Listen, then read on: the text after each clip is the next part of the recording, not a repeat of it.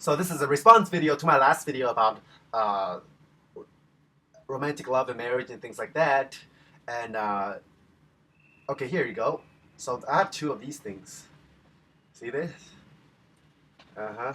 And one of them is the people who are making stupid comments, the trolls, whatever.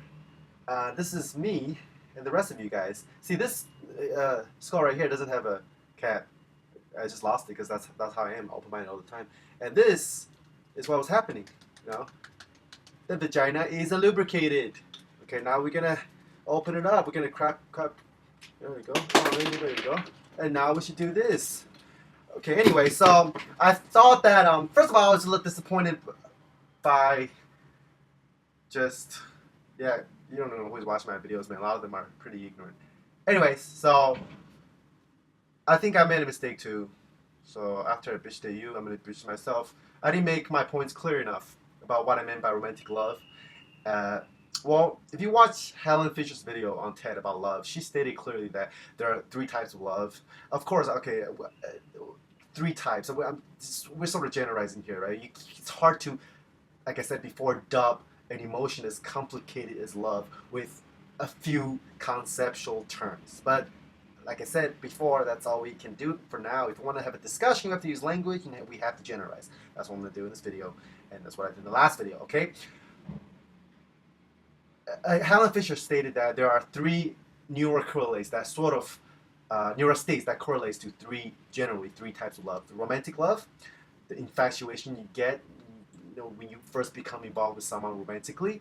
We all know that feeling, the feeling of ecstasy, the feeling of I'm in love, your first love kind of thing, right? Second is sort of like a long-term. I forgot what she used the term for this, but it's the kind of love that people feel when they're in long-term relationship, in long commitment relationship, like the kind of love I was referring to as the family kind of love, the love you have for your spouse after 20 years, right? The deep care, right? The third one is sexual kind of love, sexual feelings, okay? Lust.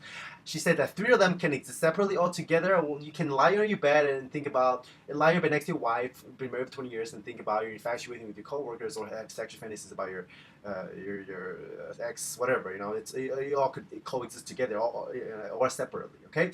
And what I meant by in the last video about romantic love is just one of those love, right? It's just the dopamine, the oxytocin that gets released when you, in the first phase of the relationship, okay? That feeling, I argue, does not last. I'm not saying love doesn't exist, and I'm not saying that marriages will fail. Every marriage will fail. I didn't say that. The scientific evidence to prove this. And I mean, ask anyone, ask yourself if you've been in love or if you've been in a relationship for more than 3 or 4 years, you know what that feels like. The initial ecstasy falls away.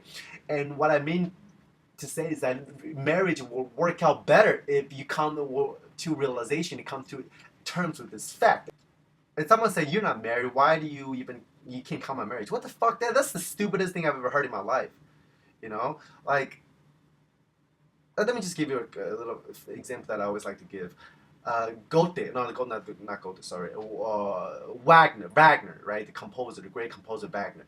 He's never been in love, but he makes the most beautiful love operas about love, and those aren't just stories. Those are the real deal. Those are fictions that actually teach you valuable lessons that actually reveal the truth about love. You know, and how does he know so much about love? You don't have to be in a situation to know the situation. You know, sometimes the lack of a situation exactly why you have to say, because maybe you have an outsider's opinion which is more objective, or that because of this lack you have to express a certain way, right? There are different reasons, but the one person made a really good example how a doctor doesn't have to have cancer to understand it or cure it or to recognize it, okay? Anyways, I actually wanted to make this video about gay relationships. Now that I can get to it. Steven Pinker, in his book, How the Mind Works, he actually said that gay people have sex a lot more and they're happier in general in relationships. He's arguing that because gay people, men and men, have similar or almost identical minds, identical needs. They all just want to fuck, and when a man meets a man, boom, sex. You don't have to talk about it. You know what you want. He said that the reason why sex don't happen as often as guys would want to is all because of females. Females have one egg a month and need to protect it. They have to be choosy about who they make love with, or else they're gonna have crappy genes and they're gonna fuck it up. And males don't have to. They have so many more sperms. They have millions of sperms to spare. They gotta they gotta just spread it. That's it's common sense by this point. Evolutionary psychology has become very popular, so I don't have to explain it any more than I have to. But the point is, females and male brains are totally different. So different that if you don't come to the realization of this difference, your relationship might just fail because of the lack of understanding of how different that those two brains are. And marriage is really an institution. It's based on the idea that male and female have similar needs and similar goals, which is just not true. That's just marriage is one very good example of institution set up by civilization, by society for one reason or another, for many reasons. I'm not going to get to that. That they want to make people fit into that category, but that act of conformity or the act of fitting in is completely off with what our biology entails, which is what most of our suffering comes from. Most of our suffering in modern world comes from the mismatch between biology and society, biology and civilization, right? Biology is too slow, right? You can't fuck around with genes. It's millions of years, it's the same, but socially, everyone's changing. It's changing every 5 years, right? So you can't catch up. So that's where all our misery comes from. That's the number one pitfall of marriage, is that difference between institution and civilization and where our biology is. And we try to match them, but sometimes it doesn't work, right?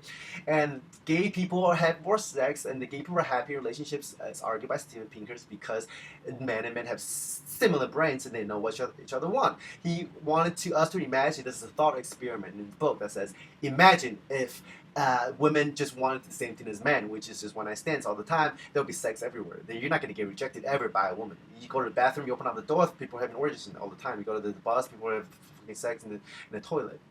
You know what I'm saying? So notice the difference between the brains of a male and the brains of a female. Notice the limitation of romantic love, and notice the different kind of love. While I'm going to make this clear, my last point, love does exist.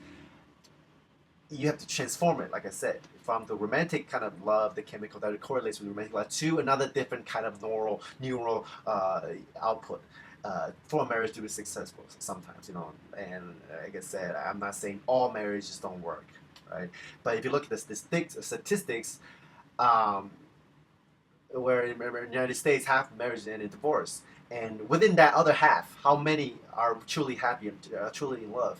So you can really objectively say that it is probably true that if you're gonna get married, there are more chances of you being unhappy than not.